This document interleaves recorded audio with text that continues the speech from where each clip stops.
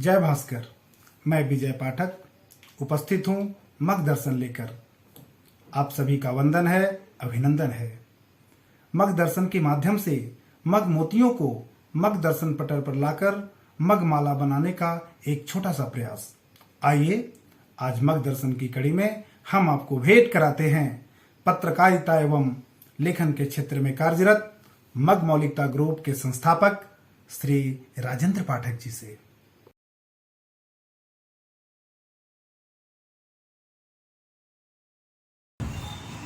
आप सभी लोगों का अभिनंदन है।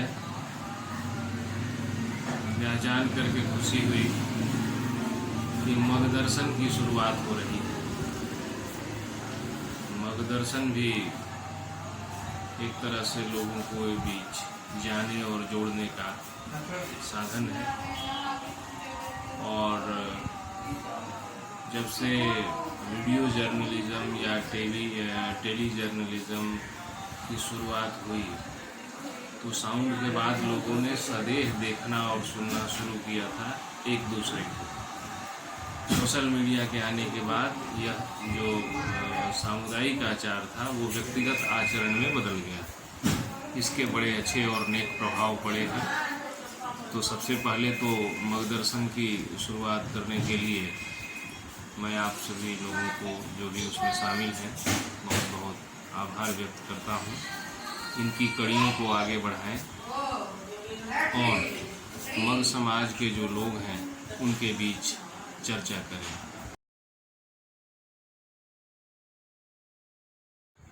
तो इस तरह से मग दर्शन की शुरुआत अपने समाज के लिए बहुत ही कारगर साबित होने वाला है, ये मैं उम्मीद कर सकता हूँ।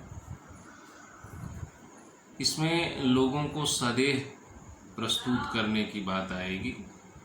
इससे एक बेहतरी ये हो सकती है कि लोग भाषिक तौर पर, वाचिक रूप पर और कायिक रूप पर के हिसाब से, मैंने कायिक रूप के तौर पर और साथ ही शब्दों के चयन में, भावों में किस तरह की अभिव्यक्ति रखते हैं, किस तरह के लोग हैं, किस तरह की उनकी सोच है, ये सारी चीज़ें इसमें अभिव्यक्त हो जाएंगी।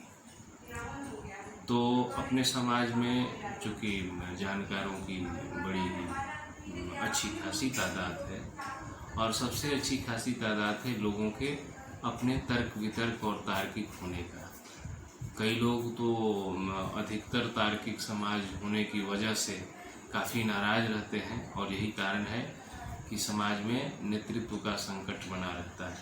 लेकिन इससे ये सहूलियत होती है कि तमाम तर्कों को जो झेलने वाला व्यक्ति या जो झेलने वाले लोग ज़्यादा से ज़्यादा रहते हैं उनकी छवि एक अलग हो जाती है। इसलिए लोगों का तर्क बंद हो जाए और हमारा नेतृत्व आ जाए, इस तरह की सोच बिल्कुल गैरवाजिब है। लोगों के तमाम तर्कों के बीच हमारी बात कैसे स्थापित हो जाए, इस पर काम करने की ज़रूरत है। उन लोगों को खास करके जो ये समझते हैं कि मेरी बात अंतिम बात है, फाइनल बात है, या मैं जो कह रहा हूँ वही मान लिया जाए, ऐसा नहीं हो सकता। अब हम लोग थोड़ी चर्चा करते हैं मग समाज के ऊपर। लगभग 4 साल से मैंने एक प्रयास किया है मग मौलिकतावादी ग्रुप बनाने का। इस ग्रुप में हम लोगों ने शुरुआत की है। उसमें कई चीज़ों की शुरुआत हुई, कुछ चीज़ें बाहर भी चली गई हैं, उसके अपने कारण हैं। तो सबसे ख़ास बात हम लोगों ने ये कहा कि अपना दिल खोलिए, अपने मन की बोलिए, यानी जो हो वो अपने मन की बात कही जाए। तो मन की बातों को कहने से सच्चाई सामने आती है, भागीदारी सामने आती है। और पिछले 4 सालों में ये काफ़ी कुछ हम लोगों ने इसमें सफलता पाई है। कम से कम कि लोग अब हर ग्रुपों में कोशिश ये करते हैं कि खुद से लिखी जाए, खुद की बातें बोली जाए, ताकि एक प्रेम अथवा द्वेष अथवा समन्वय अथवा जो भी कुछ हो अथवा सहभागिता हो, या एक दूसरे को समझने की, बर्दाश्त करने अथवा न करने में कोई झूठ न हो। हम हो सकता है कि एक दूसरे को बर्दाश्त नहीं करते हो सकता है कि हम एक दूसरे से मिलके भी रहते हैं, एक दूसरे को भविष्य में बर्दाश्त कर सकते हैं। तो इन सारी चीज़ों के लिए ज़रूरी है कि आप अपने मन की बात को खुल के कहिए, वह भी तब जबकि आप पर कोई प्रतिबंध नहीं है, आप किसी के नियंत्रण में नहीं हैं, आप स्वतः अपने आप में सब कुछ कह सकते हैं, कर सकते हैं, तो खुल के अपनी बात को कहिए। तो हमारे इस प्रयासों के साथ लोग लगातार रहे हैं। मैं सभी लोगों का आदर करता हूं और इससे एक समाज में हम लोगों ने एक मौलिक चर्चा की उपस्थिति दी है। लोग खुद ब खुद सोचने और बोलने की स्थितियों में आ गए हैं। इसका सभी लोगों ने स्वागत किया है, सभी जगहों पर स्वागत हो रहा है। दूसरी बात यह है कि इसके माध्यम से हम लोगों ने मुख्य रूप से कहा कि संगठन निर्माण के पहले विचार का निर्माण आवश्यक है। अगर विचारों का निर्माण वाजिब हो गया तो फिर संगठनों का निर्माण भी वाजिब ढंग से हो जाएगा।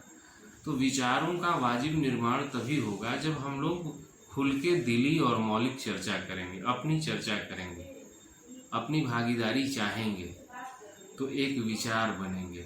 और जो विचार बनेंगे तो विचारों से एक संगठन नहीं, कई संगठन और कई काम लिए जा सकते हैं।